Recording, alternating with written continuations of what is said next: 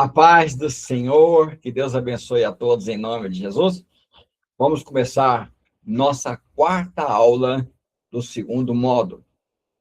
Vamos tratar um assunto muito legal, né? Espiritualização da dor, quando a fé vira mecanismo de defesa. Hoje eu estava, na verdade, desde ontem que eu estou preparando esse estudo, né? Quando preparando é assim, eu leio, eu releio novamente, vou ver os textos bíblicos, né? Muitas vezes eu vou ler o contexto, para preparar, vou ler sobre assuntos, né? Para mim ter uma base sólida do que eu vou falar, tá? Porque, assim, são estudos que, na verdade, eu já tenho preparado há muito tempo. Então, a gente precisa... Deus vai acrescentando em revelação, mostrando coisas novas, diferentes, e a gente vai agregando, né?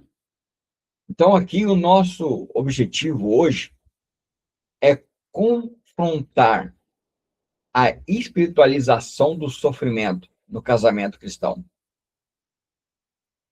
discernindo quando a fé está sendo usada como manipulação pelo cônjuge de coração endurecido, ou quando o cônjuge fiel transforma a fé em autossacrifício destrutivo, que eu chamo de falso mártir. O que é mártir? É a pessoa que morre pelo evangelho. Pedro, João, Tiago, Paulo, e até hoje existem pessoas que morrem pelo evangelho. Para vocês terem ideia do absurdo, mais ou menos uma noção do que é o mártir, na China comunista, foi presa uma família inteira, porque se foi achada uma Bíblia na casa da família. E junto com a prisão foi um neném de 2 anos de idade. Foram presos perpétuo, prisão perpétua. Ou seja, esse neném vai crescer lá dentro e vai morrer lá dentro. Vai ser um mártir, sem ele nem saber o porquê, né? De repente, a fé ali era só de um membro da família, só que lá a família inteira paga. A família inteira sofre. Por isso que eu falo muito para a gente orar pela igreja perseguida. Ok? Vamos lá. Deus cura quando há verdade, não quando há performance espiritual. Performance é quando usamos a nossa famosa máscara, né? E ficou algo assim bem caracterizado já. A questão da máscara, né? É algo que nós já falamos muito sobre isso. E isto é um problema muito sério, porque nós acabamos pegando algumas frases e tornamos essas frases hábito, algo normal, misericórdia, Jesus, está tudo bem, glória a Deus, aguento que sou cristão. Deus odeia o divórcio, hein? Por isso que eu aguento firme. Meu marido é minha cruz. Gente, essa é a pior de todas. Uma falta de entendimento bíblico enorme. Enorme. Enorme. Fala para mim, a cruz de Jesus foi para Jesus. As pessoas usam essas frases, mas o interior está destruído, está acabado. Emocionalmente, a pessoa não tem mais estrutura, está totalmente bagunçada a cabeça. Não tem mais noção de nada. É a grande verdade. A pessoa está sem rumo, sem direção, sem identidade, não sabe quem é. Perdeu todo o rumo da vida. Aí você ouve as famosas frases: Aí eu vivo para a minha família. Não estou lutando pela minha família. E vamos descobrir que tudo isso hoje é um disfarce religioso. É uma espiritualização falsa, que não mostra a realidade, não mostra a verdade dentro. Vamos descobrir que existe dois lados aqui, muito triste, muito triste. E você não pode esquecer que nesse segundo módulo nós estamos tratando o divórcio silencioso. Não esqueça disso, ok? Desde a primeira, segunda, terceira, essa quarta aula, nós estamos falando do divórcio silencioso. O que é o divórcio silencioso, para você entender? É aqui dentro. Ninguém vê. Só a pessoa sabe que ela está sofrendo, que ela está passando. Olha só. Salmo 32, versículo 3. Enquanto fiquei calado, sem confessar o meu pecado, o meu corpo definhava, de tanto gemer o dia inteiro. É como se Davi aqui estivesse falando assim: olha, eu estou me desgastando fisicamente, eu estou sofrendo emocionalmente, eu estou deteriorando a minha imagem por dentro, a minha identidade por dentro, enquanto eu me calo. Eu não falo para ninguém. Deixo todo mundo achar que está mil maravilhas, está bom demais. Esse casamento é espetacular, um exemplo.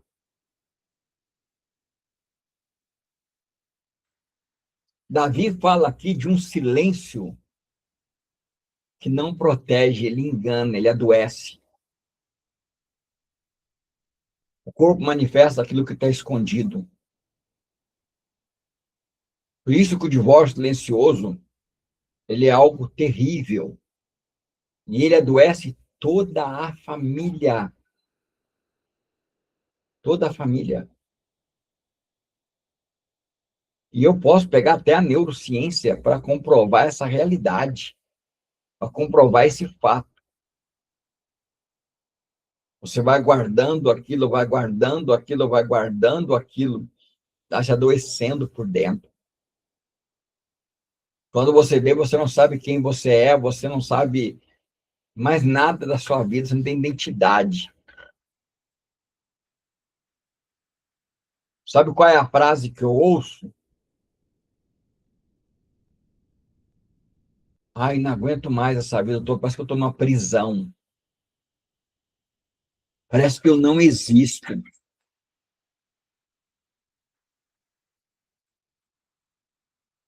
Não aguento mais isso. Nossa, até quando Deus vai permitir que isso continue acontecendo? São frases que eu ouço, normal, de crentes, de crentes. Por quê? Aí agora nós vamos descobrir por quê. Precisamos entender como Deus vê as coisas. Precisamos compreender a realidade. Primeiro, para não manipularmos ou sermos manipulados,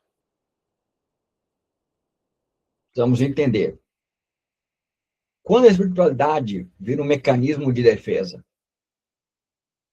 quando, na verdade, eu uso aquilo que era para mim adorar a Deus, que é para mim honrar a Deus, que é para mim exaltar a Deus em Cristo Jesus, eu uso como um mecanismo de defesa, ou um mecanismo de ataque, que é as duas vertentes. Vou dar um exemplo. Usa versículo bíblico para evitar confronto.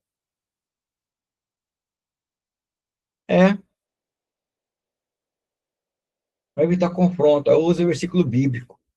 Não, tudo coopera para o bem daquele que ama a Deus, chamado segundo o seu propósito. Então, vamos ficar, deixa ele lá. Vou falar nada, não. Isso aí leva até para os filhos, tá? Mas, na verdade, está usando o versículo bíblico para quê? Para se omitir, para evitar conflito, para não expor a verdade. E é interessante, todo conflito que se evita hoje torna tempestade mais tarde. Repetir, todo conflito que você evita hoje vira tempestade mais tarde. Esperança para negar os fatos. Não, mas Deus tem promessa, vai mudar a minha vida. Deus tem promessa para o meu casamento. Em verdade, Deus não falou nada sobre isso. Tá? Desse mundo de profetada, como eu conversando com uma pessoa hoje, né, ela falou para mim, não, é profetada, é profeta sobre isso. Ela ficou viúva, olha só que legal, ela ficou viúva. Aí começaram a dar profetadas para ela, que já tinha arrumado casamento para ela já. Até apresentava as pessoas para ela. Eu falava, não, Deus não nada disso comigo. Então, é profetada, sabe? Esperança para negar fatos. Meu, vai no culto, escuta aí, pior que é isso, né? Escuta a gente que conhece a situação, sabe do fato, e que muitas vezes, quero te contar para você que está me assistindo pelo YouTube, a pessoa te entrega a profecia, não é porque ela não é de Deus. Ela te entrega a profecia porque ela te ama, sabia que é o melhor para você. Então, ela gera a profecia dentro dela. Sim, moçada, tem muito casamentos por profetada. Demais. Demais, demais, demais. Sabe, a pessoa ela vai te entregar a profecia, não é porque ela quer te ver sofrer, é porque ela gosta de você, quer te ver seu bem. Aí ela gera uma profecia vindo dela, não é de Deus. Aí você põe esperança nisso. Aí fica lá. Sim, moçada, e hoje muito sofre. Muito demais. Submissão para fugir das decisões. Relacionada a homem e mulher. É submisso? Porque eu não quero dizer que eu não concordo. Porque eu não quero dar a minha decisão, o meu parecer. Porque eu sei que vai gerar crise. Sei que vai gerar problema. É, tá cheio disso, gente. Tá cheio. Tá cheio. Tá cheio. E agora temos um problema mais agravante ainda. Os famosos amigos de Jó. Sério? Os famosos amigos de Jó. Olha o que Jó fala para ele em Jó 13, versículo 5. Olha o que fala para eles. Ah, como seria bom se vocês ficassem calados? Isso mostraria que vocês são sábios. Ele está dizendo, olha, fiquem quietos, parem de falar. Por quê? Porque os amigos de Jó estavam o quê? Espiritualizando o sofrimento de Jó. Explicando o sofrimento, a dor de Jó com teologia errada. E pondo toda a culpa em cima de Jó.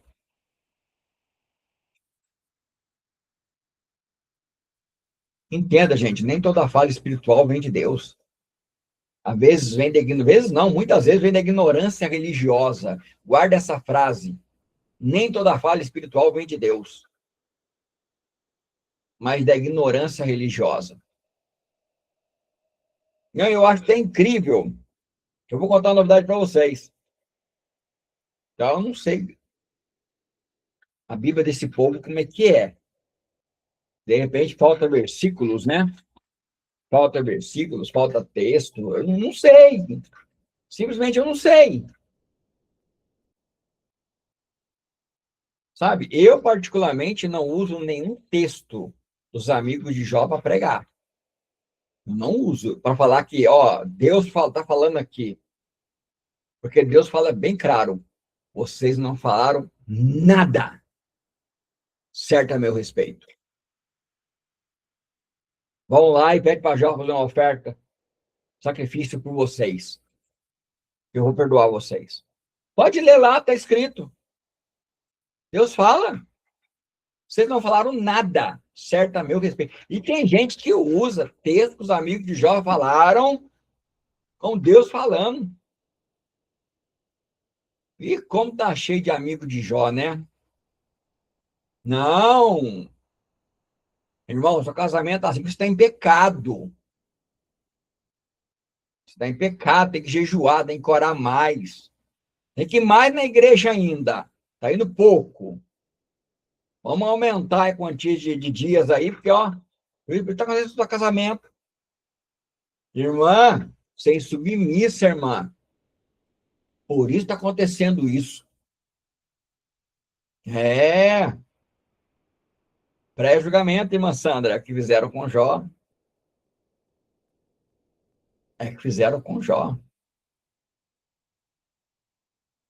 É a grande verdade. Se der tempo aqui, eu vou para a Bíblia e vou mostrar para vocês que Deus fala que os amigos de Jó não falaram nada certo a respeito de Deus. Nada certo. E tá cheio de amigo de Jó aí, lotado. Aí o duro sabe o que é? É que a pessoa, ela já está dentro de um divórcio silencioso que destrói a identidade dela. Aí vem os amigos de Jó, piora o negócio. Deixa o negócio mais difícil ainda. Essa é a grande verdade. Essa é a grande realidade. E hoje nós temos esse problema. Tá? E fica confiando nos outros, fica ouvindo os outros. Eu conversando com uma pessoa hoje, e a gente está falando sobre. Ela me fez uma pergunta sobre o que eu penso sobre revelação e sobre profecia. Eu falei para ela assim: ó, primeira coisa, a profecia está relacionada com a palavra de Deus. Quando a Bíblia diz que todos deveriam procurar profetizar, ou seja, todos deveriam pregar a palavra. Isso que a Bíblia está falando. Segunda coisa, um profeta na Bíblia, ele sempre foi chamado para levar o povo ao arrependimento, para confrontar o pecado do povo. Quando o profeta era usado de forma diferente, era outros dons que manifestava, tipo o dom da ciência da palavra, da sabedoria da palavra, discernimento de espíritos. São outros dons que manifestava. E a gente vai estudar isso. Nós vamos estudar isso a partir de segunda-feira. Estava falando para ela, na escola a gente vai estudar, na comunidade. E as pessoas confundem. Mas o princípio, ele funciona assim, ó. Jesus morreu na cruz e, segundo o livro de Hebreus, ele abriu um novo vivo caminho, onde andremos ter a ousadia de entrar no Santo do Santo. Então, agora você tem comunhão para falar com Deus e para ouvir Deus. Então, primeiro Deus vai falar com você. Primeiro Deus fala com você. Aí Deus confirma na palavra. E se for necessário, ele vai usar um profeta. Se for preciso. Tá? Mas não é normal. Tá? Não é algo natural de acontecer. Você não vai ver na Bíblia. Entendeu? Todo dia era profetada. Não. Gente, é que lá são cartas escritas, são livros escritos. Mas você acha que Jeremias saiu todo dia, só profeta, profetado, ele não tinha nada para fazer mais. Era profeta o tempo todo. Todo tempo todo ele tem sabe que é profeta. Profecia. Ezequiel também. O tempo todo. Não, não era assim. Sabe? Aí aparece aí os amigos de Jó e fica achando que é de Deus. Nem ora, nem pergunta para o Senhor, já toma julgamento. Nossa, falou isso, é verdade mesmo. Ó, se eu divorciar, vou para o inferno. Então, peraí, então é só sempre por obras, não é pela graça. Vai ter consequências? Vai, é lógico, natural, tu tem consequência na vida, né? Mas depende muito também, que eu sempre falo para vocês aqui. Eu sempre digo, a Bíblia, ela dá, sim, legalidade para o divórcio.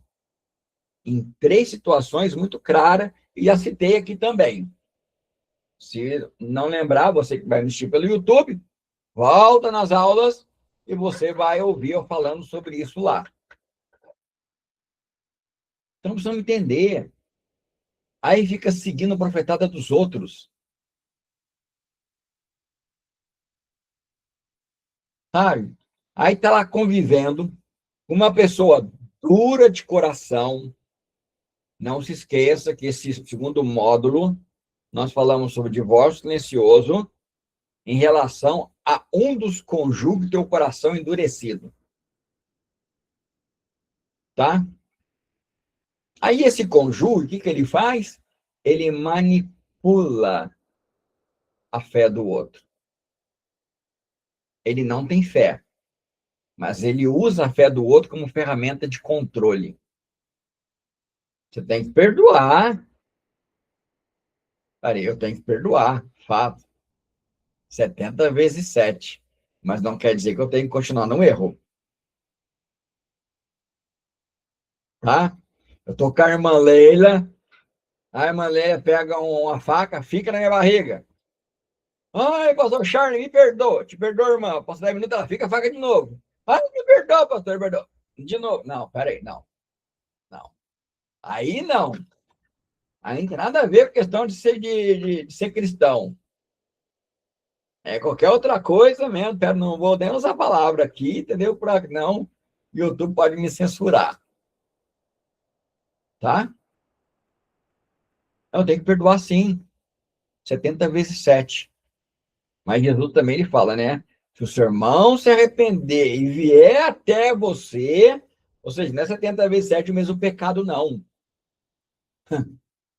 Tá?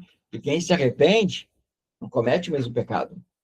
Vai cometer o outro, que é natural, né? Nós somos uma árvore de pecado. Isso é um fato. Ó, Deus odeia o divórcio. Você quer divorciar? Deus odeia o divórcio. Como é que você vai fazer? Hã? Você é rebelde. Você falou lá, ó, até que a morte nos separe. Você é rebelde. Ó, falta oração. Alguém tem que orar por você. Não, alguém tem que orar. Tem que pedir para alguém orar por você, porque o problema aí é sério. Mas ele não arrepende, não muda, não assume culpa e não busca a Deus. Tá?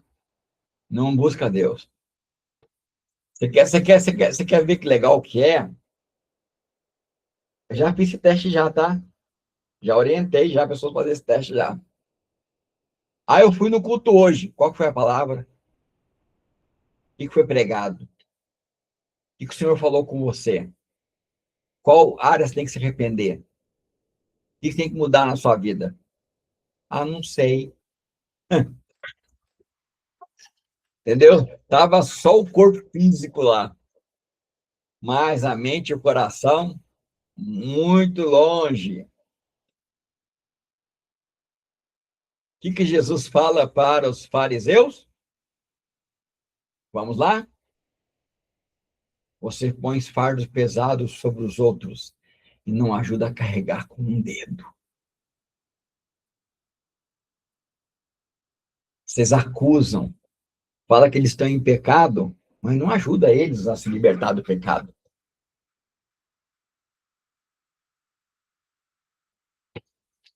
É isso que Jesus está falando para eles. É fácil eu acusar, Fácil falar, irmã Sandra, você está em pecado, irmã, você está muito na rede social, vamos parar? Ah, eu também estou lá na rede social também, fazendo a mesma coisa. Estou pondo um fardo. Agora eu falo para a irmã Sandra, a irmã está muito na rede social, irmã. Vamos entrar no propósito de oração, vamos jejuar, irmã, pedindo ao Senhor graça, sabedoria para a irmã ser liberta disso. Mas olha, irmã, para você ser liberta disso, irmã, você tem sua parte, sabia? Você precisa, quando vier a vontade de ir para redes sociais, vai fazer outra coisa. Arrume outra coisa para fazer, para que sua mente crie um hábito de fazer outra coisa. Vamos orar junto. Aí não, aí eu estou ajudando a tirar o fardo. Agora, esse povo não. Esse povo quer usar Deus para controlar as pessoas. O conjunto de coração duro. Cria peso espiritual. Sério. Cria peso espiritual. Aí a pessoa... Não, gente, é tão incrível. Você está mexendo pelo YouTube? É tão incrível que eu vou falar para você. E eles conseguem manipular de uma forma tão interessante que você passa a se questionar. Olha, será que não é verdade mesmo? Será que eu não tenho que buscar mais a Deus?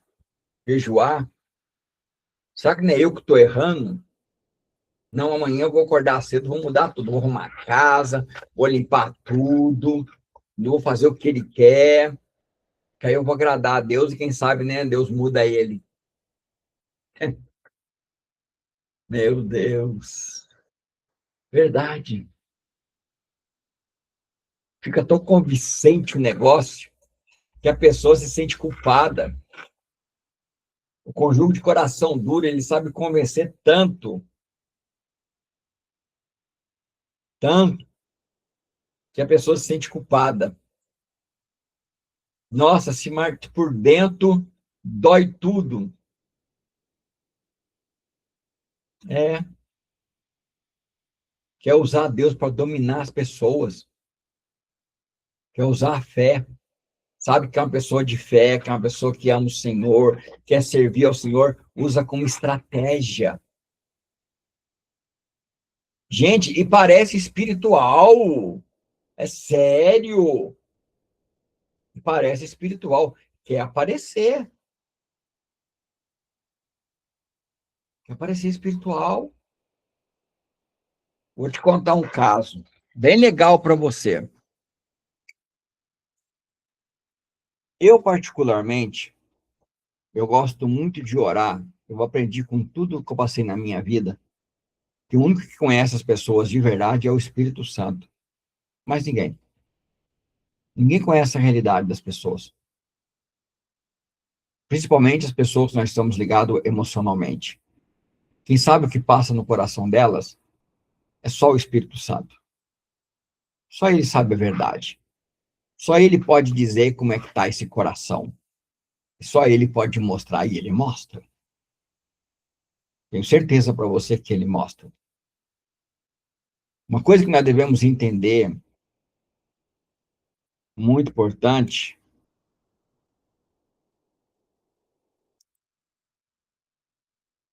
Pai do Senhor, Mãe Leu, seja bem-vinda. Coisa que vamos entender que é muito importante. Hoje vai ser a cantora que eu gosto. Oi? A Carvalho. Alô?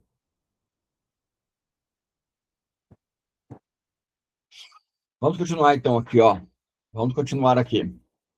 É São Paulo. Então, o que acontece? O conjugo de coração duro, ele usa Deus para manipular, ele usa a fé para manipular. E de uma forma tão terrível que quem está sendo manipulado se sente culpado. Se sente de verdade culpado. Olha o que diz 1 Pedro 5,3. Não sejam tiranos com aqueles que foram confiados aos seus cuidados, mas sejam exemplo para o rebanho. No mundo grego, A liderança, ser um líder, era associada à dominação. Pedro, ele diz que a liderança cristã é um serviço, não é um exemplo, ela é um cuidado. Então, essa pessoa dura de coração, esse cônjuge duro de coração, ele vai sempre querer ser servido. Ele vai sempre, ele vai sempre requerer o exemplo do outro, sempre o cuidado do outro, nunca dele. E ele sempre vai manipular para mostrar que ele está certo, que ele é a vítima. Vai sempre se vitimizar. Ser ponto passivo. E agora eu quero entrar no ponto mais importante que eu quero dedicar tempo. Isso aqui, tudo aqui, na verdade, foi uma recapitulação que nós já conversamos. E eu vou entrar num ponto agora fundamental. E quero lembrar que o objetivo desse curso é levantar conselheiros, líderes, pastores, pastoras, cheios do Espírito Santo. Por que cheio do Espírito Santo? Porque só quem é cheio do Espírito Santo pode discernir quem está agindo, o Espírito que está agindo. Um dom hoje que está sendo negligenciado e que ninguém busca na Bíblia.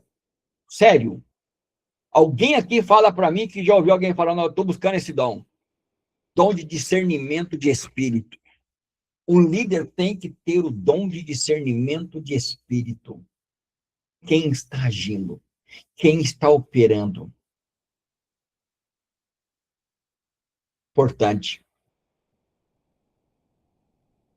Amém, irmã Leila. Isso mesmo. Eu tenho orado, irmã Leila, para que a nossa comunidade seja uma comunidade que esse dom seja evidente. Dom de discernimento de espírito. Porque como conselheiro, como terapeuta cristão, como líder, pastor, eu preciso discernir quem está com o coração duro ali. Quem está dizendo a verdade? Quem está manipulando? Porque eu preciso discernir isso. Sim, irmã. Deixa eu explicar uma coisa para a irmã. Todos os dias a irmã pede discernimento. Isso é bom. Só que discernimento de espírito é um dom que a irmã pode buscar. Tá bom? Que é diferente do que a irmã falou para mim agora. Tá? O dom de discernimento. Alguém está lá louvando. A irmã vai saber se quem está ali atuando é o Espírito Santo, é o espírito da pessoa, ou seja, é a carne, ou é demônio. A pessoa está pregando. A pessoa vai ter discernimento de quem está operando ali. Vou dar um exemplo. Aqui não é para falar sobre isso, mas eu vou dar exemplo. Eu estava numa vigília de jovens, e um jovem começou a falar em línguas. Começou a falar em línguas. Na hora, o Espírito Santo falou para mim, demônio. Coloquei a mão nele e ficou possesso na hora. Era demônio. Outros ali podiam falar, nossa, está cheio de Espírito Santo. E nós precisamos ter esse dom de discernimento até no aconselhamento. Gente, até no casamento, você precisa saber quem que está ali falando com você, quem que está agindo ali. Verdade. Precisa. Isso é um dom que a igreja toda tinha que buscar. Toda a igreja, na vida como um todo. Como um todo. Garanto para você que muitos casamentos errados seriam evitados. E garanto que muita sociedade financeira seria evitada. Daria problemas mais tarde. Se buscasse dom de discernimento de espírito. Isso aí eu podia falar hoje aqui a noite inteira para vocês sobre isso aí. Só dando exemplos bíblicos. Um monte. Então precisa trazer isso para dentro da igreja de volta. Gente, dom de discernimento de espírito. Sabe? Não é chegar para a irmãzinha, por irmãozinho, e falar, olha, essa menina não é para você não, hein? Deus falou comigo. Não, irmão, vem cá, vamos orar? Vamos orar para ver se isso é de Deus mesmo, mas vamos orar com sinceridade. Vamos orar, vamos buscar de Deus, esse casamento é de Deus, entendeu? Vamos mostrar para Deus, mostrar que é verdade. Quando eu falo orar para buscar se o casamento é de Deus, não estou falando que é se Deus concorda ou não concorda com o casamento. Me mostra um texto na Bíblia para mim que Deus concordou, falou, eu concordo com esse casamento, eu não concordo com esse casamento. Isso não tem na Bíblia. O negócio é discernimento. Se ela é uma jovem de Deus, se ela é uma jovem que tem maturidade, se ela é uma jovem capaz, que está preparada para casar, para ter filho, se ele é um rapaz que está preparado. Você quer ver o dom de discernimento? Vou dar um dom de discernimento para você, que é uma belezinha. Eu queria que a irmã Lucinéia estivesse aqui, tá? Vou dar um dom para você de discernimento assim, ó, fantástico. O cara vive na casa da mãe, não trabalha e quer casar. Chega para você e fala, eu quero casar. Vamos casar? Aí a mocinha toda, ai, vamos, toda feliz, vou casar. O cara não tem onde morar. Vamos comer o quê? Aí não precisa nem de dom de discernimento, né? É um pouco de raciocínio, maturidade. Então, como líderes, nós temos que ter essa percepção, sim. Porque muitas vezes nós podemos estar dizendo para aquele cônjuge que quer servir ao Senhor, que quer realmente, entendeu? Que o casamento seja transformado, nós estamos dizendo para ele ser um mártir no casamento. Nós estamos matando ele, continuando no casamento. Já falei e vou repetir, sou contra o divórcio. Mas a Bíblia nos dá princípios claros quando o divórcio é a solução. Ele é o único caminho, não tem outro. E principalmente quando o cônjuge vira mártir. Vamos explicar o que é mártir. Mártir verdadeiro, ele sofre por fidelidade a Cristo. Ele sofre por causa do evangelho, por causa da verdade. E morre. E até hoje existe isso. Tá bom? Como eu estou gravando um vídeo por YouTube, então eu não posso dar detalhes, nem citar exemplos até de países próximos de nós, tá? Que persegue cristão. Eu não posso fazer isso.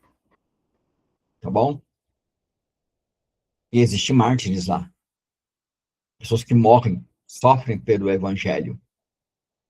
É o caso dessa família que eu falei para vocês, na China comunista, que foram presos e que lá tem uma criança, um neném de 2 anos de idade que está preso. E foi condenado à prisão perpétua porque foi achada uma Bíblia dentro da casa da família. São mártires. Vão sofrer por amor ao evangelho. Ou seja, por amor à Bíblia, por amor à palavra de Deus, por amor da palavra revelada, da vontade revelada de Deus. Agora tem um falso mártir no casamento. Sofre por medo. É. Mártir no casamento, sofre por medo, está se matando, está morrendo lá por medo. Entendeu? Medo de ser mal visto, medo de ser criticado, medo de ser apontado, medo do que os outros vão falar, medo de não ser mais visto como espiritual, medo. Medo, não. Passa fome, marido é um mão de vaca, ou a esposa é controladora, nem comida faz, aí tem medo de passar dificuldade. Já passa dificuldade. Já passa. Mas tem medo. Medo de ser castigado por Deus, né? Porque cria um Deus falso, né? Sofre por dependência emocional. Não consegue se desprender do jugo de coração duro. Por quê? Porque está preso emocionalmente. É carente emocional, tá? As poucas migalhas que caem da mesa e supra emocionalmente faz com que a pessoa fique presa a esse tipo de casamento destrutivo. E a pessoa está morrendo dentro do casamento. Outros sofrem para manter a aparência religiosa. Conversei com uma pessoa hoje nessa situação. E vocês verem como trágico terminou. Trágico. Muito trágico. E aquela frasinha que eu sempre falo: a crise que você não resolve hoje transforma em tempestade amanhã. Ah, pastor, então quer dizer que não tem solução? Quer dizer que o neuroterapeuta está falando para mim que quando chegar nessa situação aí, não tem solução? Não tem. Se os dois se arrependerem, se os dois buscarem, se os dois quiserem, Deus é o Deus do impossível. Transforma e muda. Mas a questão é que quando a pessoa tem coração duro, o Senhor deixou muito claro: Moisés vos deu a carta de divórcio por causa da dureza do coração de vocês. Ou seja, já a pessoa não ouve o Espírito Santo mais. A pessoa ela se colocou para fora da palavra, para fora da vontade de Deus. Não tem mais o que fazer. Presta atenção. Moisés vos deu a carta de divórcio por causa da dureza do coração.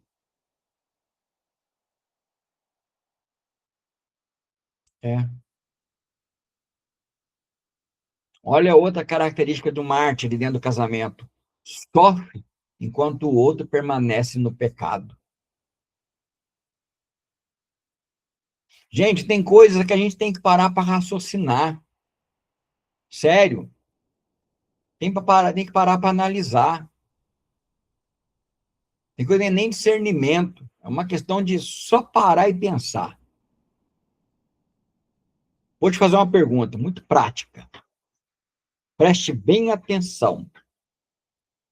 A minha esposa, ela quer que eu faça alguma coisa que é pecado. E pecado me separa de Deus. Ok? Está lá em Romano, está lá em Romano, Isaías 59.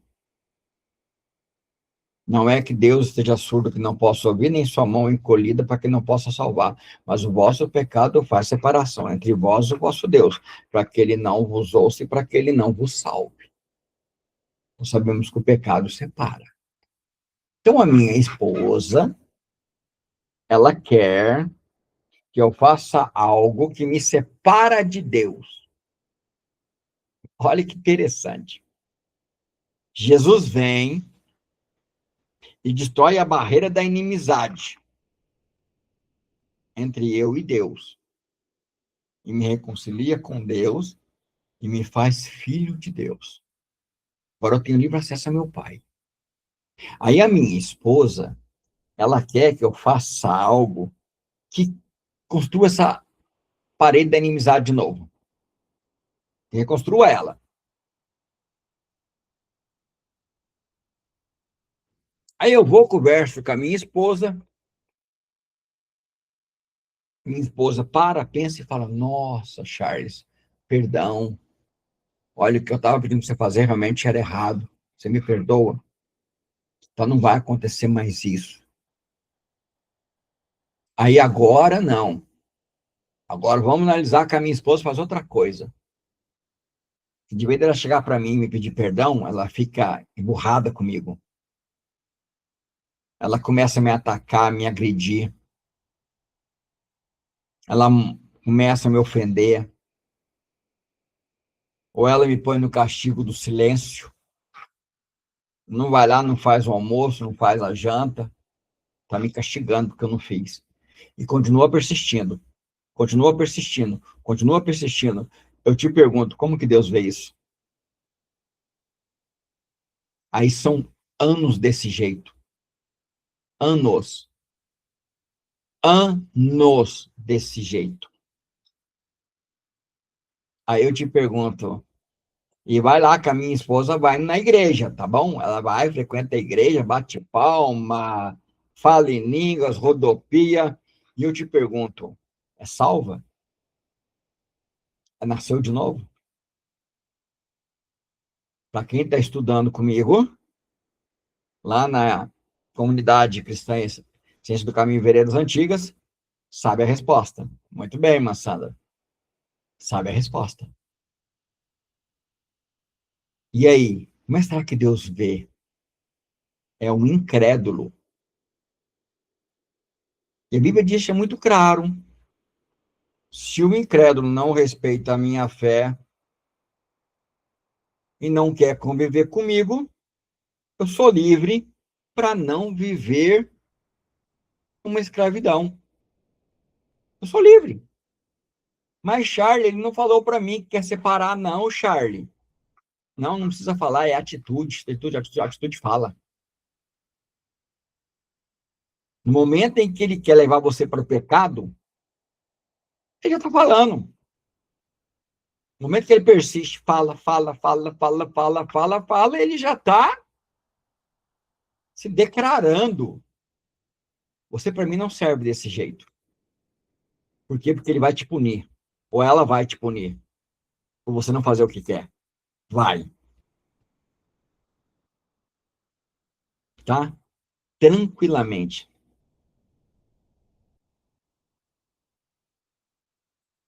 Aí, vem uma outra frase dos amigos de Jó, né? Daqueles que Deus falou que não falaram nada certo a respeito de Deus. Está na Bíblia. É sua cruz. Não, seu marido, sua esposa é sua cruz. Deus deu para você carregar.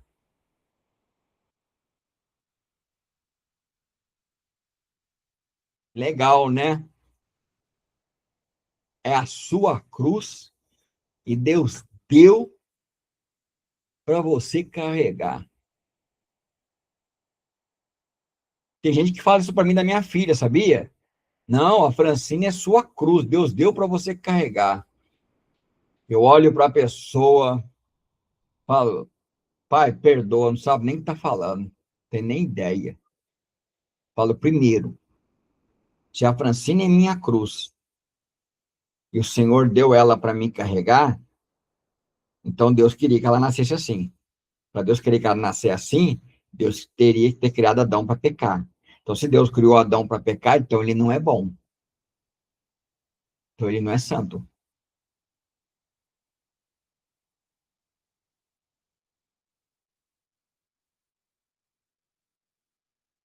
Tomar a cruz significa morrer para o próprio ego, abandonar pecado, seguir Cristo acima de tudo. Isso que é tomar a cruz. Quando Jesus tomou a cruz, ele decidiu seguir o Pai, seguir a vontade do Pai. Ele decidiu negar o ego dele. Pai, não seja feita a minha vontade, mas seja a tua. Quando ele decidiu tomar a cruz, ele decidiu tomar todo o nosso pecado sobre ele. Ele decidiu seguir a Deus acima de tudo. A cruz sou eu. A cruz é as minhas vontades. A cruz é os meus pecados. A cruz é quando eu nego seguir a Cristo para fazer o que eu quero.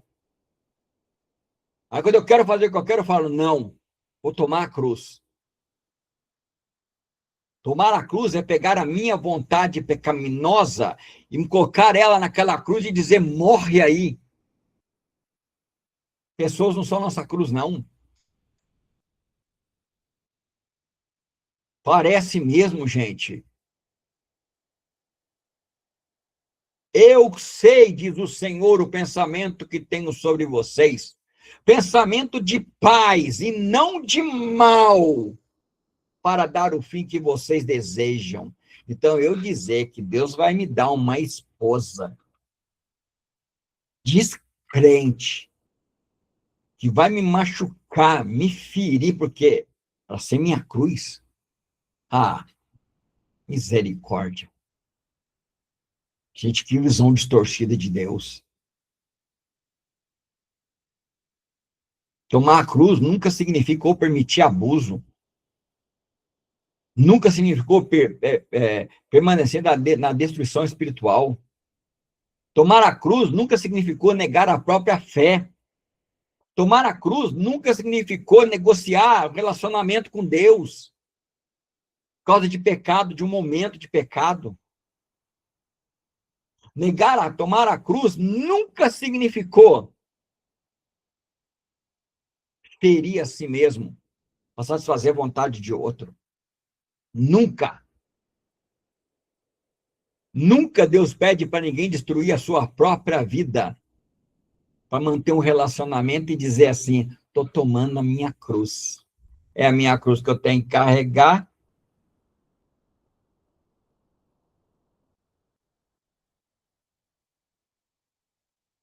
Um dia falaram para mim assim, meu pai ficou assim porque Deus queria que ele fosse a nossa cruz. Eu falei, não, seu pai ficou assim porque Deus quer que vocês mostrem amor e misericórdia. Derrama graça sobre ele. Não tem nada a ver com ser cruz, não. Deus não quis isso, não. Deus não quis a enfermidade para o ser humano, não. Enfermidade é consequência de pecado. O pecado entrou no mundo através de um homem, e através do pecado entrou a morte. A corrupção entrou no ser humano através do pecado. Não tem nada a ver com Deus. Não dá para Deus aquilo que é culpa do pecado. Oh, meu Deus do céu, misericórdia. Aí fica lá, sofrendo, num relacionamento com alguém de coração duro, que negou a Cristo, que não quer nada com Jesus. Nada com Jesus. Porque é minha cruz. Deus que me deu.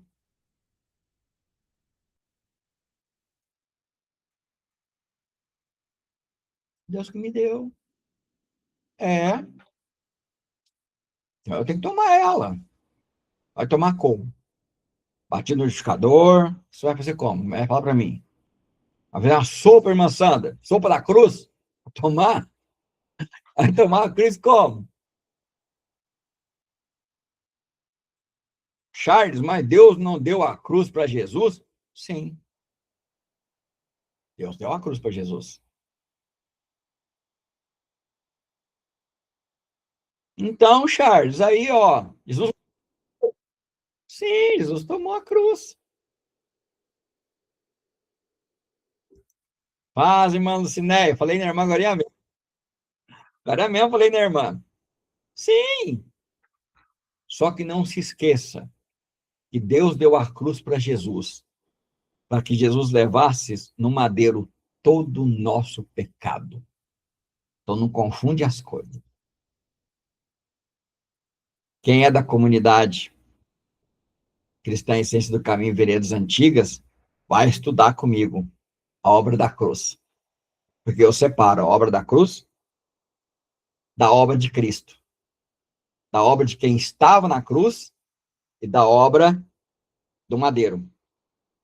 Aí vai saber disso. Vai entender o que a cruz significa de verdade.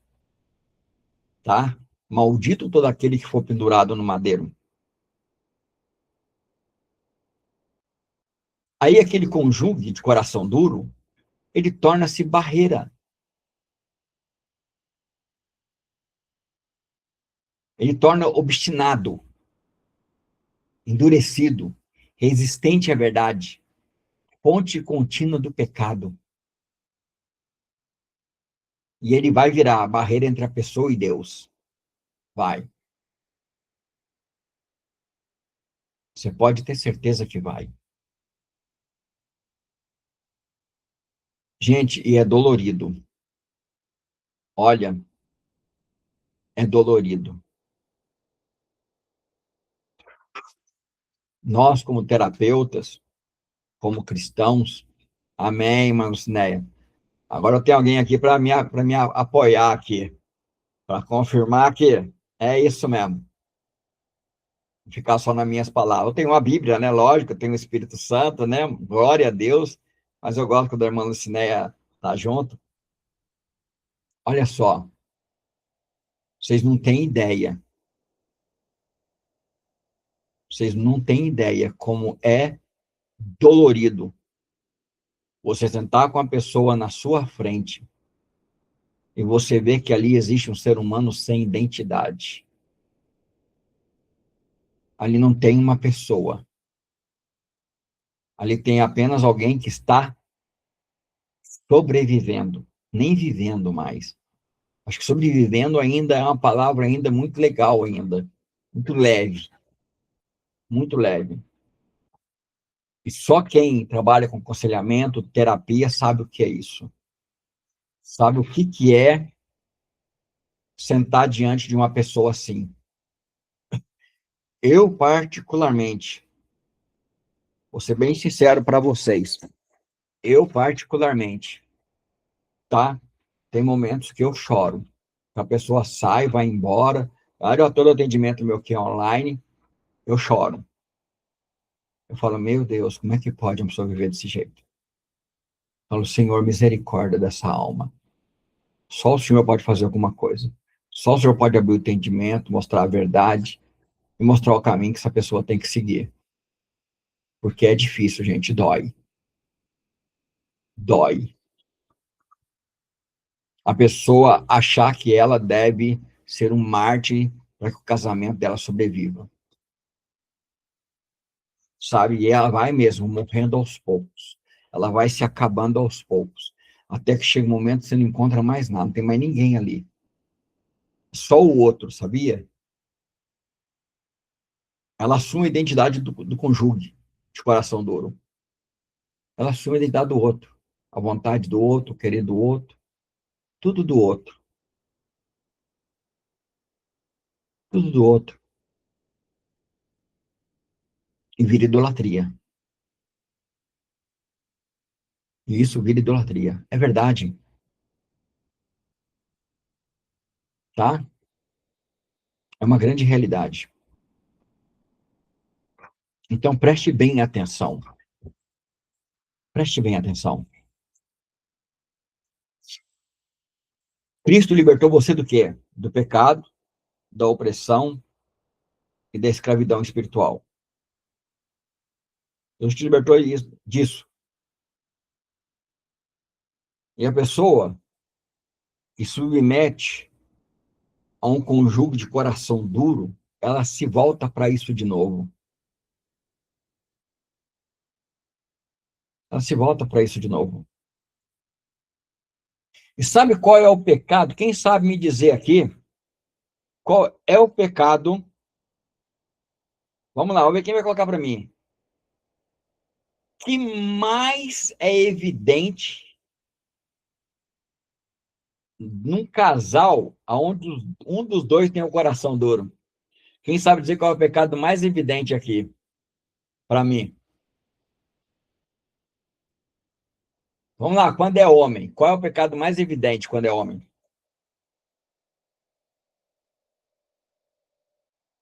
Vou te falar, pornografia. Sério. Ele quer expor a esposa cristã à pornografia. Sério. É o pecado que nós vemos mais no nosso trabalho. Mano, Cineia, é ou não é verdade? É o pecado que nós mais vemos no nosso trabalho. É verdade, é verdade. Oi, irmã? É verdade. É. Um pecado onde, não tanto da mulher, mas mais do homem, né? Mas também nós temos mulheres também. Temos mulheres também. Por essa linha aí também. É, temos mulheres também. Verdade. Só que, entre as mulheres, nós temos um outro pecado.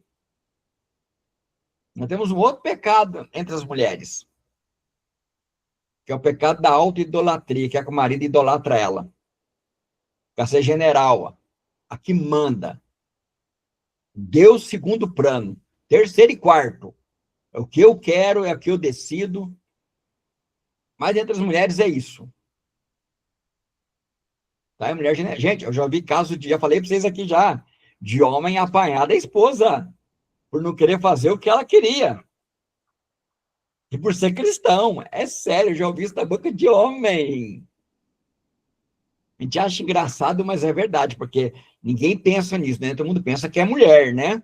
Só mulher que apanha, só mulher que sofre pressão física. Não, tem homem. É igual a irmã Lucinéia falou aí. Tem mulher também que pressiona o irmão para ver o homem, para ver pornografia, para poder, entendeu? Aí quer levar de volta para o pecado. Quer levar de volta para o pecado, gente.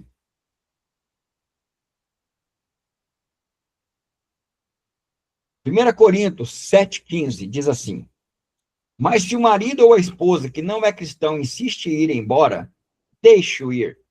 Tais casos, o cônjuge cristão não está preso ao outro, pois Deus não nos chamou para viver em paz. Mas, se o marido ou a esposa que não é cristão insiste em ir embora, deixe-o ir. Em tais casos, o cônjuge cristão não está preso ao outro, pois Deus nos chamou para viver em paz. A palavra grega preso aqui é escravizado, acorrentado, sem liberdade.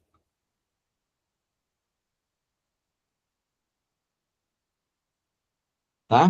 Então, ou seja, preste bem atenção, porque a conotação que nós damos aqui é que fala, irmã, abre aí e fala, eu quero que você fale. Fala, pode falar. É bom. Não, eu conheço. Casal, conheço ainda a esposa, né? E ela deu uma surra tão grande no marido, que ele entrou num estado de depressão, mas tão profunda, que, claro que não foi logo assim da surra, mas pela vergonha, né? Porque os vizinhos, todo mundo soube. Então, quer dizer, ele entrou num estado de depressão tão grande que ele veio a falecer. Olha só, hein? Tá vendo aí um exemplo, gente? Tá vendo como nós, como conselheiros, terapeutas, pastores, líderes, olha como nós devemos ter um discernimento das coisas. E eram da igreja, tá? Imaginei, irmã, você falar uma coisa dessa, imaginei que você falar que era da igreja. Olha para você ver, se de repente um pastor com discernimento espiritual, com sabedoria, vendo uma situação dessa, de repente é salvado uma vida.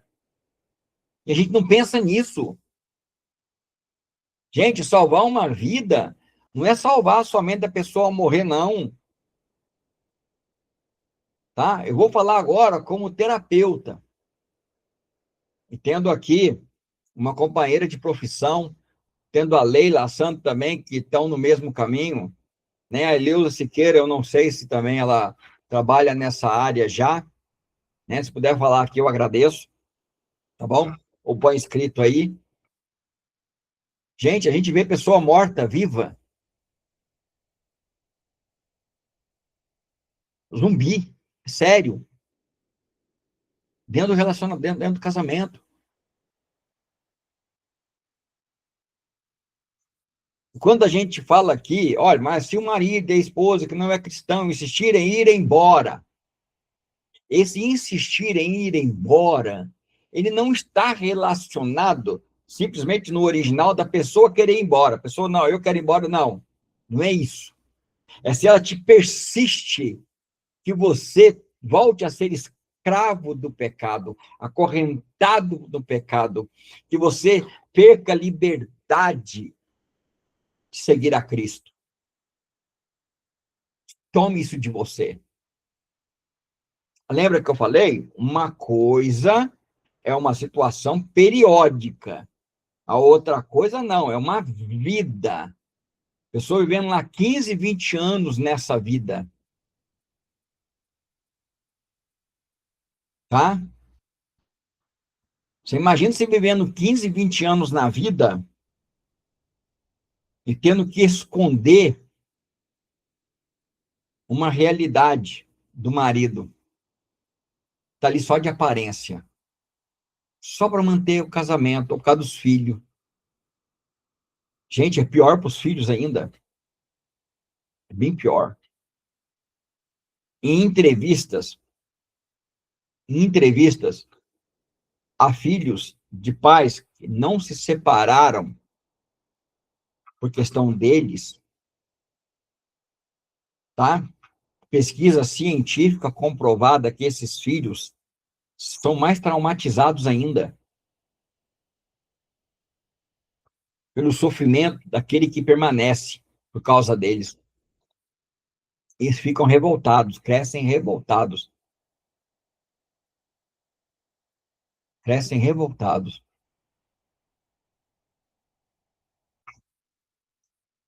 E o primeiro passo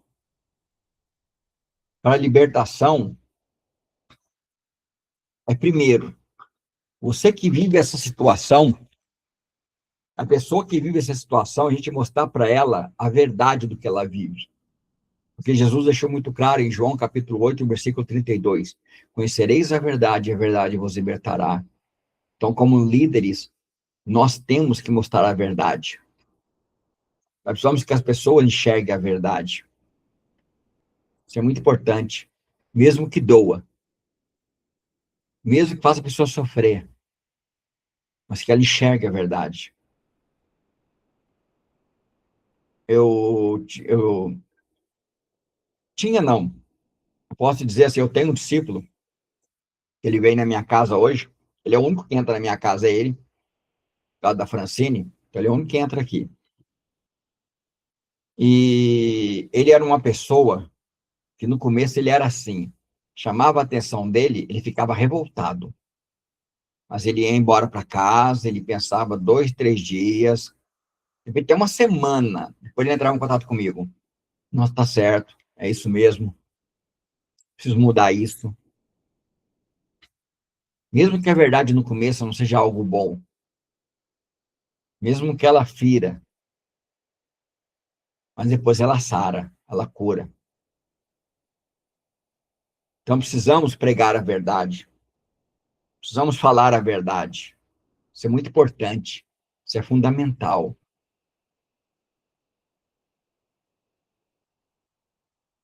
A palavra conhecer no original, que quer dizer que é esse gnóstico, significa experimentar profundamente, experimentar no íntimo. Eu vivo esta realidade.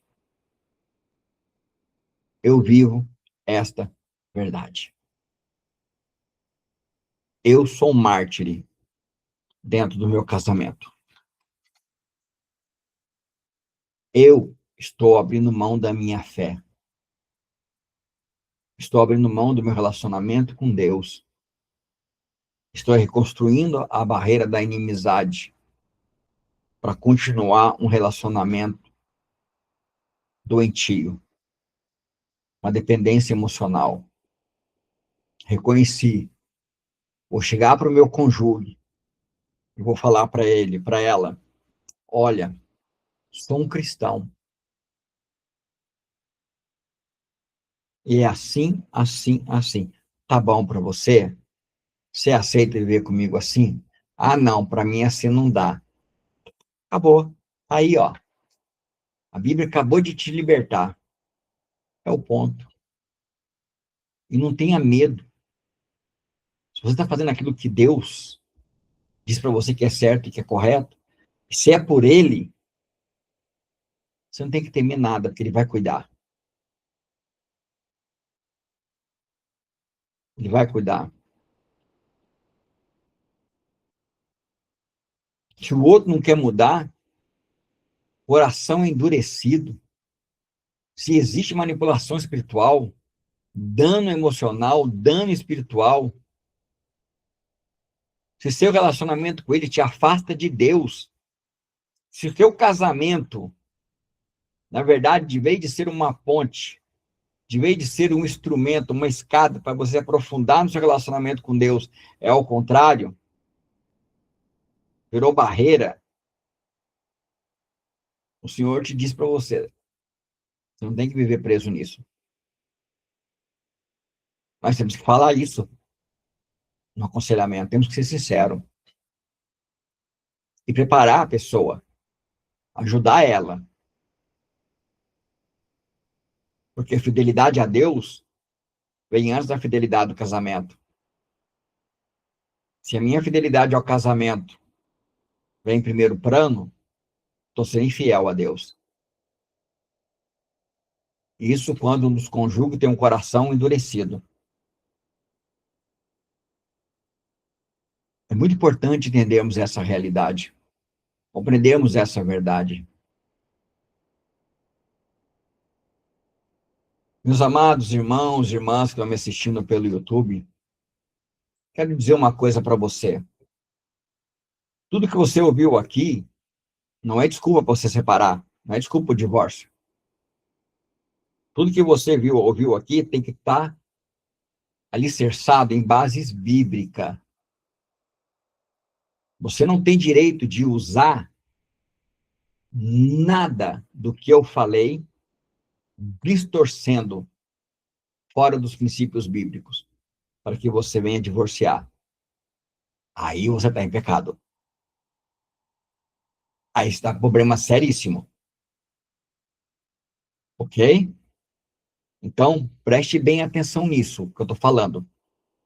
Porque também, por outro lado, temos aqueles também que usam, manipulam a palavra para aceitar aquilo que quer.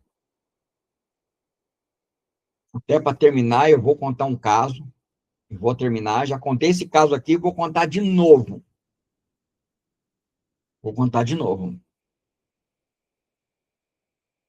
Um rapaz, um pregador, que pregou numa igreja onde eu fui convidado para ir. E depois do culto, fiquei sabendo que ele estava namorando uma moça. Aí fui aprofundando no caso, descobri que ele era casado, estava divorciando para poder casar com outra. Aí não. Aí eu perguntei assim, mas ela adulterou? Ela quebrou os princípios bíblicos, que a Bíblia diz que pode haver a separação? Não. Então,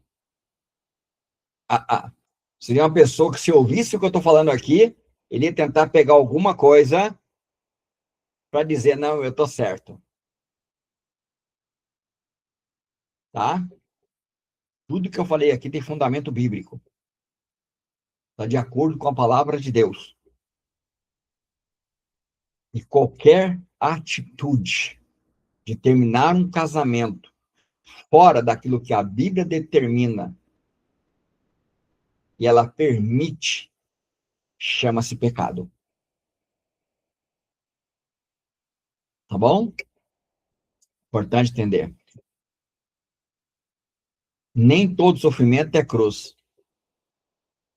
Às vezes é prisão.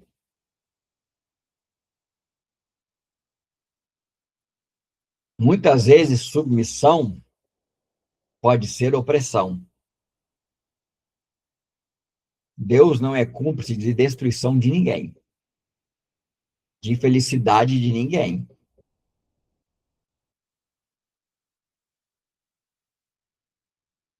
Ok? Permanecer sem paz e no medo não é fé. Casamento nunca pode ocupar o lugar de Deus. Nunca pode. É uma das frases que eu sempre falei para minha esposa. Nunca se coloque entre eu e Deus. Porque se eu tiver que escolher, é Deus. Incondicional. Incondicional. Então, se eu tiver que escolher entre a minha esposa e Deus, eu também estou declarando que eu nunca vou separar da minha esposa se não tiver debaixo de princípios bíblicos. de legalidades que a Bíblia me dá para separar. Nunca vou fazer isso, porque Deus é sempre em primeiro lugar na minha vida. Cristo é quem eu sigo. Amém? Que Deus abençoe a todos em nome de Jesus. Vamos terminar essa aula. Quem quiser ficar aqui para fazer pergunta, pode ficar. Se vocês quiserem sair, pode sair também. Tá bom? Shalom, que Deus abençoe a todos e até a próxima aula. Se eu não me engano, acho que nós temos mais 2 aulas e eu vou dar uma bônus. Tá bom? Temos mais 2 aulas aí. E a terceira aula, ela vai ser uma aula bônus chamado Família, Origem e Propósito. Ok? Que Deus abençoe vocês em nome de Jesus.